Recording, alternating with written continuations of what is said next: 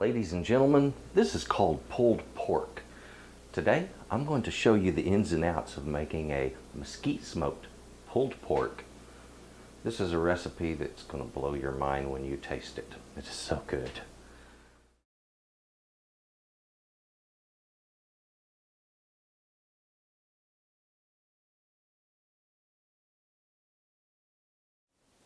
Oh, I am looking forward to today. This is going to be smoked pulled pork day. So I'm going to be going downstairs, breaking into a brand new smoker and getting the fire going. And when I'm finished preparing the smoker, I have to first season it the same way you season a skillet. I'm going to season my smoker, and once that is done, I'm going to start cooking up some beautiful pork, and I'm going to do a smoked pulled pork. This is delicious. It's not hard to make. If you own a smoker, it would be good for you to watch this video all the way through, because there's going to be some information I'm going to throw at you that you may not have expected or known, and it's going to be good. Today I'm going to be cooking with mesquite and mesquite charcoal. I like to use the charcoal because it's easy to control the fire to keep it at just the right temperature. A lot easier doing it this way than using raw wood. Now folks, let's take a look at the meats that we're going to use and at the smoker, and then get busy putting all of this together. Come on. I'm out here with a brand new smoker. This is an offset smoker, and it's one that I've just finished assembling. I'm getting ready to season it, which means I need to rub oil on the inside of it. I'm going to make a good fire in there, heat it up good and hot, and that way the interior walls of it are seasoned and protected during further future cooking and during the cooking today. So it's just how you prep a brand new one, and once that's done, we're going to be up cooking. When it comes time to light your charcoal, never, ever put charcoal in one of these or wood and use lighter fluid. The creosote released from that lighter fluid will absolutely ruin the flavor of all barbecue that comes from your smoker forever after, okay? So keep it away from it. Now, when you're doing your charcoal, if you'll simply light it with newspaper, using one of these, it lights faster. You get very, very hot results from this, and when it's time to cook, it's a lot sooner, okay? So go ahead, get you one of these chimneys. They're worth the money, and it starts your fire fast. Well, the paper's burned off. It is now getting started, so that lower layer is heating up. You're getting good smoke out of it. That means it has started well. Give it a good old 15-20 minutes. When you see it ashed on top, you're ready to go. Now folks, once your charcoal has started to turn white on top, that's when you want to go ahead and get it down below. Make sure you use gloves with a starting chimney. I have my wood chunks down in hot water. You want to do this and get them soaking for a few hours before you're actually smoking. Now make sure that when you're doing this, you start with hot water, and what happens there, it just allows that wood to really soak in the water a little faster. You get deeper penetration, and believe it or not, it just works. I've tried it both ways, cold and hot, and the hot seems to work better. Now folks, if you have pork roasts that come like this, and they'll call these a picnic, sometimes a butt roast. If you get it like this and it's netted up, go ahead, just cut that loose, because I'm going to open that meat up and get as much smoke to all of those inner portions as possible. Since we're not actually roasting this in an oven, this net is not necessary. Just go ahead and remove it. Now, in the event that you're wondering, is he going to use a rub or any seasoning on that meat? Well, the truth is I'm going to use some salt on this, and that's all I'm going to use on it. And the reason is, folks, look, I'm not looking for the flavors of chilies and cumin and things like that. If I want that, I'll put that in there in the form of a sauce toward the end. What I'm looking for right now is to get the flavor of smoke, and I don't need anything blocking that path. I want smoke on my meat. I want some oil on that meat. If I want a little acidity to break any rind that builds so that the oil holds better. And that would be a mop. Other than a mop, some salt, no. I don't want anything at all on this. I want the smoke on it. Well, our temperature has come down where I need it, right about 225. And so what I want to do is go ahead and get my firebox all prepped. Now when I say prepping my firebox, I'm referring to getting the wood that I want to smoke with in there. That way I can get it heating. Now I like to place this wood along the metal, along the sides. It slowly heats it, allows it to smolder, and it does a beautiful job. And what I want to do is to add about 6 more charcoal briquettes.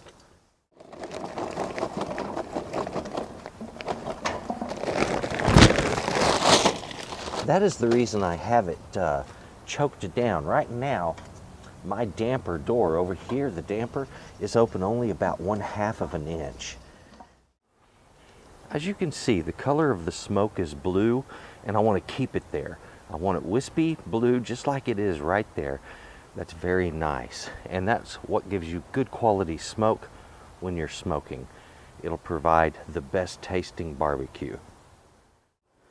Now folks, once you get everything established, your temperature is at 220 degrees, your smoke is wispy and blue, get that meat up in there and get it cooking. You're going to be allowing it to cook without anything on it for about 30 minutes. Then we'll start with the mop. Now folks, we're going to create what is called a mop, and this is used during barbecuing, or smoking in this case, which leads to barbecue, of course. What we're going to do is produce a mop, and the mop is designed to protect the meat from moisture loss. Alright, and the whole idea here is to get some sort of a fat on the meat that will allow it to maintain moisture by trapping it inside. And what we use is either cooking oil, or you can use lard in this case because we're working with pork, or you can use olive oil or peanut oil or cooking oil of any kind. I'm using peanut oil today. And I'm going to be using some vinegar. I've got some apple cider vinegar over here, and I have some cayenne. I'm going to be using the cayenne in this to give it a little bit of a bang right on the outside rind of my meat. This little thing here, this is called a barbecue mop. These are wonderful items. Mine is homemade. You can purchase these though, and when you decide to get one of these, get as big of a mop as you can, because when you're covering a lot of meat, it makes it a little faster. This is what it looks like when you're boiling away acid in oil. Be careful about it. I'm taking the temperature down a little bit to a medium high.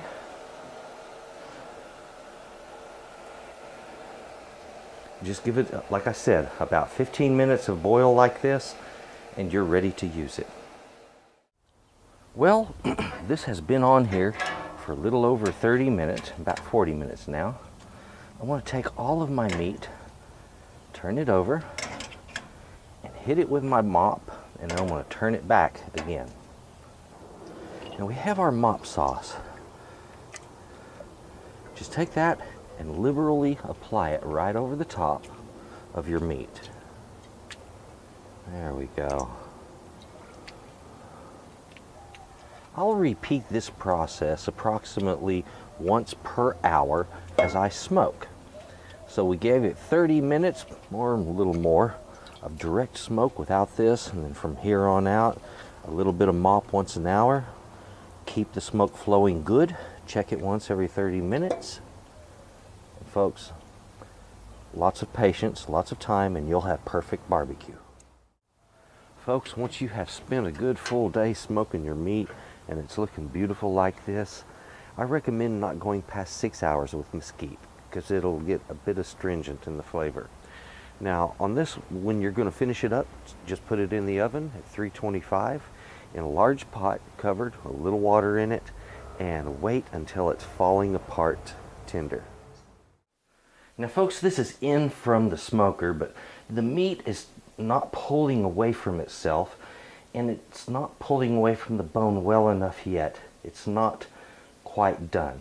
So this goes down in the oven. I'm going to put a lid on this in the oven at 225 degrees. No more than 250 for goodness sake. And some hot water in this. It'll come out wonderful. It's going to take probably another hour and a half to 2 hours. In the oven, 225 degrees. This is now out of the oven. The cook is finished.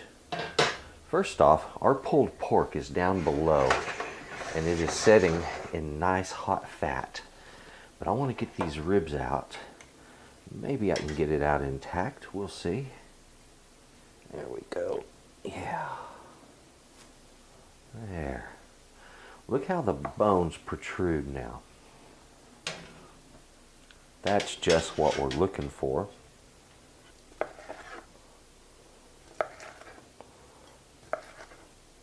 Now once you've made that first cut in the middle, it just sort of guides the rest. And these last two, folks, I like to leave them together. It makes a nice little double rib by itself. Any little bits that fall off, guess what? Those are for the chef.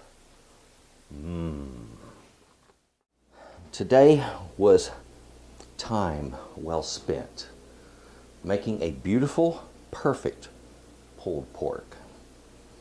Tell you what, when it comes to delicious, this is a fantastic way to do your meat. Folks, I've been sitting here picking and sampling at this delicious, tender, falling apart meat.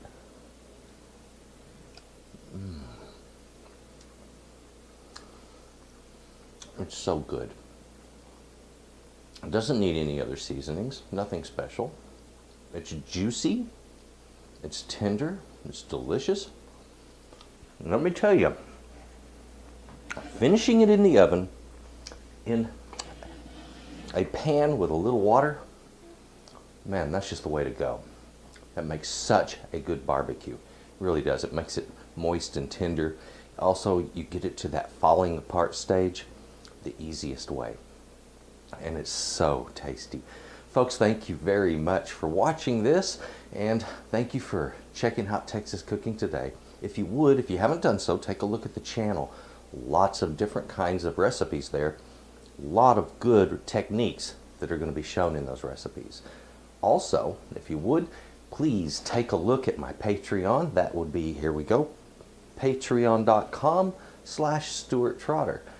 If you would take a look at that. That's a funding source for me for both this videography as well as my photography side. So take a look at what I'm doing there. Got some beautiful stuff going on, and I do appreciate your help.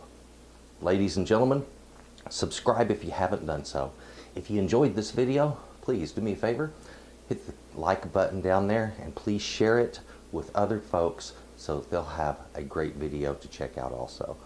Thank you for your time. I do appreciate it. Folks, please enjoy your barbecue. I sure am. If you're watching this, that means you're one of my faithful viewers, and I appreciate you more than you know. Folks, this is really, really good. It was so good I didn't want sauce or anything on it. It was just, it's remarkable. You know, when you hit it on the head of the nail, I mean, knock it out of the park.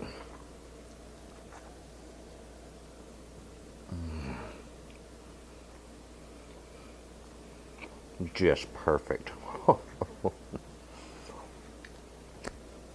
Again, thank you. Appreciate you watching. The question is, do I eat what I make? Not all of it. But what I played up for that show, better believe it. And then I give away a whole lot. So in a little bit, I'm going to be calling the neighbors, and everybody's going to get a nice barbecue. It's a good way to go. Folks, thank you. Have a good one.